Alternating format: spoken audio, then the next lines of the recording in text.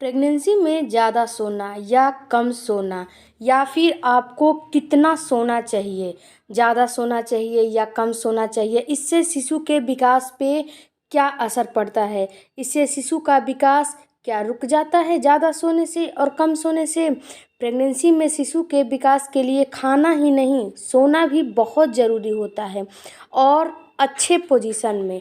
ये नहीं कि उल्टा पुल्टा आप सो जाएं, क्योंकि शिशु के विकास के लिए अच्छी नींद भी बहुत ज़रूरी होती है। लेकिन आप कंफ्यूज रहती हैं कि आपको कितना सोना चाहिए, क्योंकि आप पहली बार माँ बन रही हैं तो आपको पता नहीं चलता है ज़्यादा सोना अच्छा है या फिर कम सोना शिशु पर क्या असर डालता है।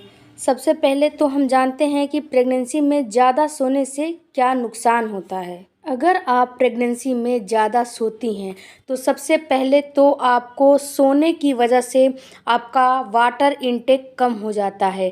दूसरा, आपका जो डाइट होता है वो भी कम हो जाती है और आपकी फिजिकल एक्टिविटी भी कम हो जाती है, क्योंकि आप दिन भर सोई रहती हैं। आपको इन सारे वजहों से आपकी न्यूट्रिशन इश्यूज हो सकते हैं। आपकी न्यूट्रिशन पूरी मात्रा में आपको नहीं मिलती है।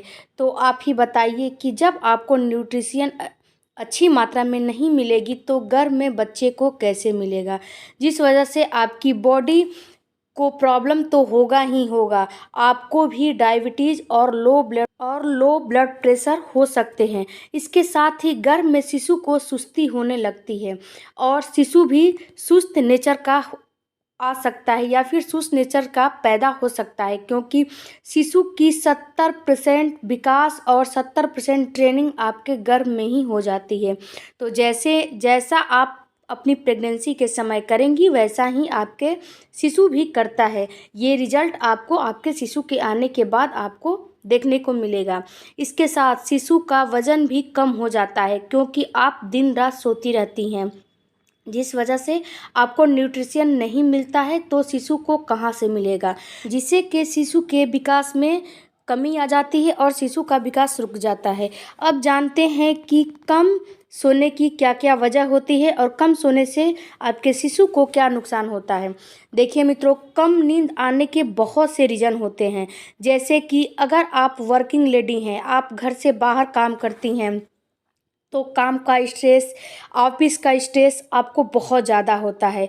इसके अलावा अगर आप हाउस वाइफ हैं तो घर में कोई ना कोई प्रॉब्लम होता ही रहता है। ये हर घर की प्रॉब्लम है, ये हर घर की कहानी है। तो अगर आपके घर में कोई प्रॉब्लम है या फिर आपकी प्रेगनेंसी को ही लेकर आपको परेशानियों का सामना करना पड़ता है, आपको स्ट्रेस हो जाता है, या फिर अगर आपके घर में कोई काम करने वाला नहीं है तो आपके घर का के सारे काम का भी दबाव आपके ऊपर रहता है, जिससे आप चिड़चिड़ी हो जाती हैं और आप चिड़चिड़ी हो जाती हैं। आपके हार्मोन ठीक तरह से काम नहीं कर पाते हैं और अच्छे से आपके हार्मोन उत्तेजित आपके बॉडी में नहीं हो पाते हैं, जिस वजह से आपको स्ट्रेस के साथ साथ चिड़चिड़ापन, गुस्से का शिकार आप हो जाती हैं और आपको होना पड़ता है।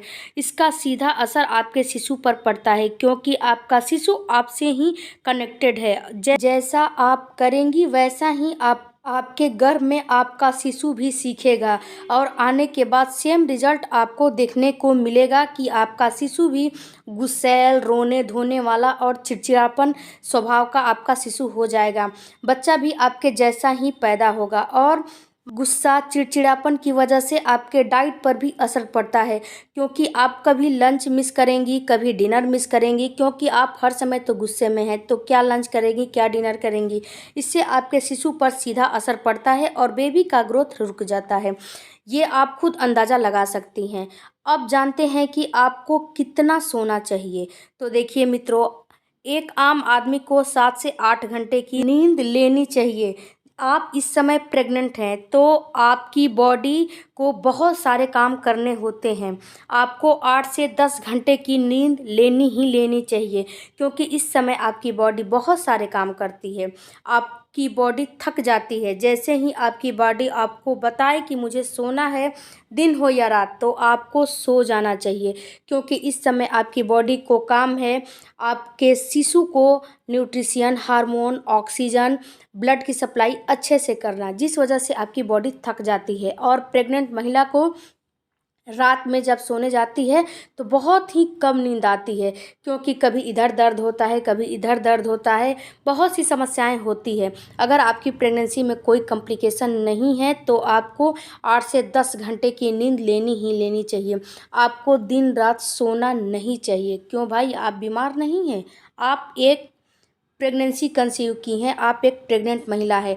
आप एक बीमारी का बहाना लेकर ना सोइए। आप जितना ही एक्टिव रहेंगी अपनी प्रेगनेंसी में, आपका शिशु भी उतना ही एक्टिव पैदा होगा।